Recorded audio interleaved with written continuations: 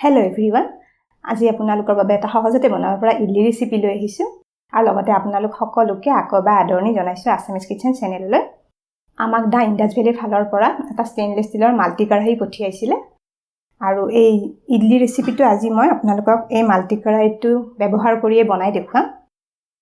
এই কেৰাহীটোত আপোনালোকে ভাপত সিজাই কেইবাবিধো বস্তু বনাব পাৰিব আৰু এই কেৰাহীটোৰ লগত 5খন ষ্টেইনলেছ ষ্টীলৰ প্লেট আহে আৰু এয়া মই দেখুৱাই দিছোঁ। এয়া প্ৰথমতে এখন ম'মো বনাবৰ কাৰণে এখন ভাপত সিজাই বনাব পৰা যায় ম'মো, আৰু ইয়াতে ভাপত সিজাই পিঠা বনাব পাৰি, ঢোকলা বনাব পাৰি বা চব্জি সিজাব দিব পাৰে।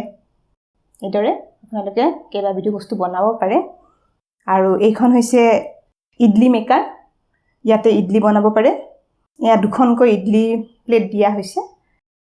আপোনালোকে যদি ষ্টেইনলেছ ষ্টীলৰ এই মাল্টি কেৰাহীটো কিনিব খোজে তেতিয়াহ'লে ভিডিঅ'ৰ তলত ডেছক্ৰিপশ্যনত লিংক পাই যাব আৰু আছামিজ কিচেন কুপন কোডটো ব্যৱহাৰ কৰিলে 12% ৰেহাই পাব।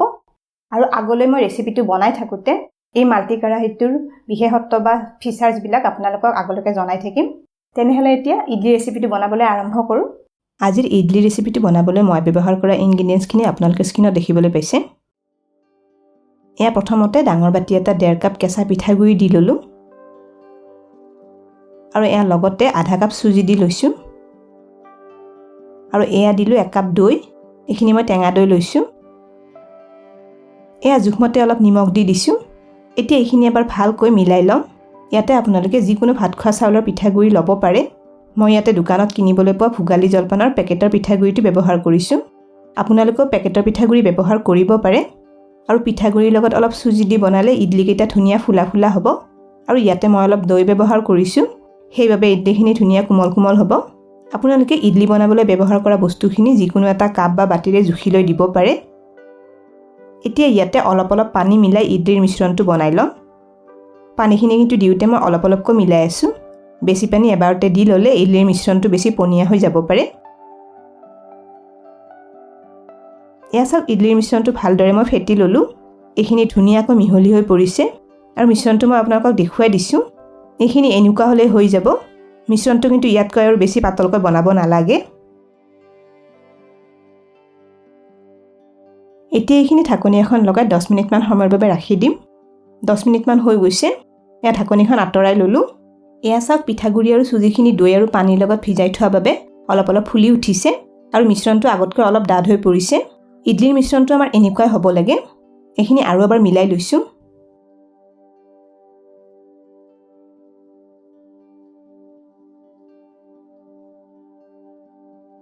এতিয়া মিশ্ৰণটোত এয়া আধা চামুচ বেকিং ছ'ডা দি ল'লোঁ। এইখিনি লাহে লাহে এবাৰ মিলাই ল'ম। আপোনালোকে ইয়াতে বেকিং ছ'ডাৰ সলনি সমান পৰিমাণৰ ইনো ব্যৱহাৰ কৰিবও পাৰে। এতিয়া আমি ইডলিখিনি লগে লগে বনাই ল'ম। এতিয়া এয়া এখন ইডলি প্লেট লৈ লৈছোঁ। প্লেটখনত 2 টোপালমান তেল দি ল'ম। আপোনালোকে ইয়াতে অকণমান ঘি ব্যৱহাৰ কৰিবও পাৰে।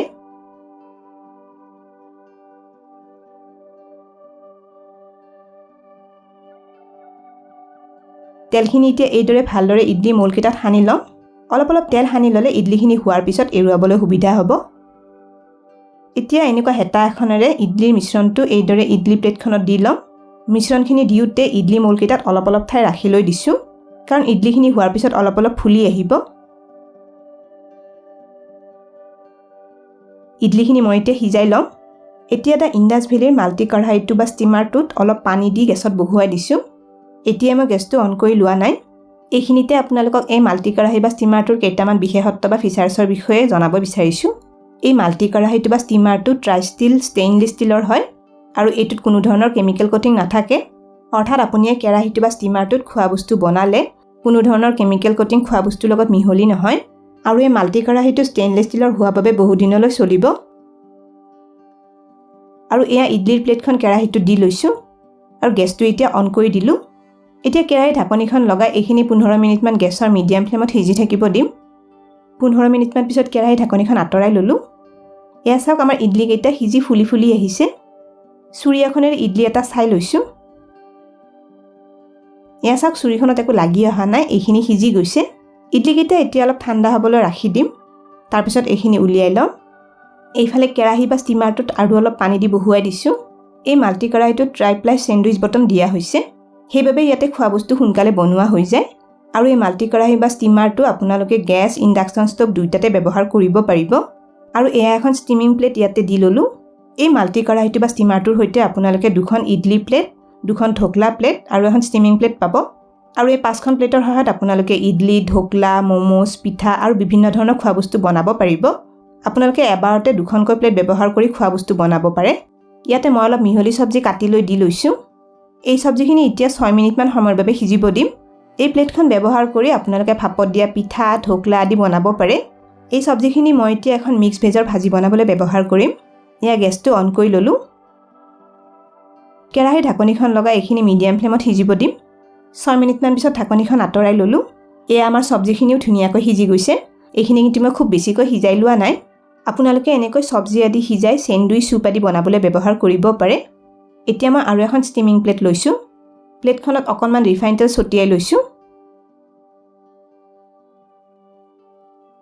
এতিয়া প্লেটখনত তেলখিনি ভালদৰে এবাৰ সানি ল'ম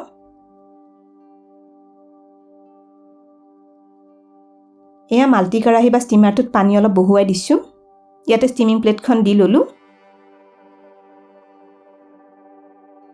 এতিয়া কেইটামান মমো প্লেটখনৰ ওপৰত দি ল'ম ইয়াতে মই আজি মমো বনোৱা ৰেচিপিটো দিয়া নাই কাৰণ ভিডিঅ'টো বেছি দীঘলীয়া হৈ যাব মমোখিনি দিওঁতে মই অলপ অলপ ঠাই ৰাখি লৈ দিছোঁ এই মাল্টি কেৰাহী আৰু প্লেটকেইখন ষ্টেইনলেছ ষ্টীলৰ হোৱা বাবে সহজতে ধুই চাফা কৰি ৰাখিব পৰা যায় এইখিনিতে এটা ৰিকুৱেষ্ট কৰিলোঁ ভিডিঅ'টো চাই ভাল পালে লাইক আৰু শ্বেয়াৰ কৰি দিব আপোনালোকৰ যিসকলে আমাৰ চেনেলটো এতিয়ালৈকে ছাবস্ক্ৰাইব কৰা নাই তেওঁলোকক আমাৰ চেনেলটো ছাবস্ক্ৰাইব কৰিবলৈ ৰিকুৱেষ্ট কৰিলোঁ আৰু কাষতে থকা বেল আইকনটো টিপি নটিফিকেশ্যন অল কৰি দিব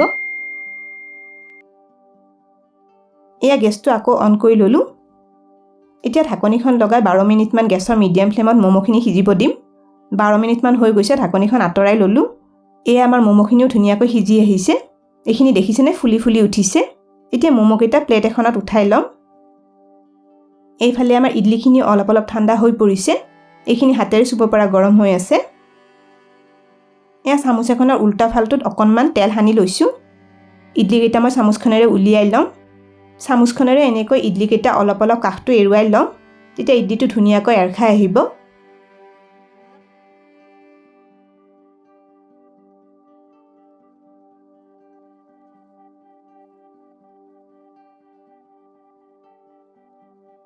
এয়া চাওক ইডলিটো মই উলিয়াই ল'লোঁ ইডলিটো খুব ধুনীয়া কোমল কোমল আৰু ফুলা ফুলা হৈছে একেদৰে গোটেইখিনি ইডলি উলিয়াই ল'ম এয়া চাওক মই গোটেইখিনি ইডলি উলিয়াই ল'লোঁ লগতে এয়া বিলাহী চাটনি লৈ লৈছোঁ চাওক ইডলিকেইটা ধুনীয়া ফুলা ফুলা আৰু কোমল কোমল হৈছে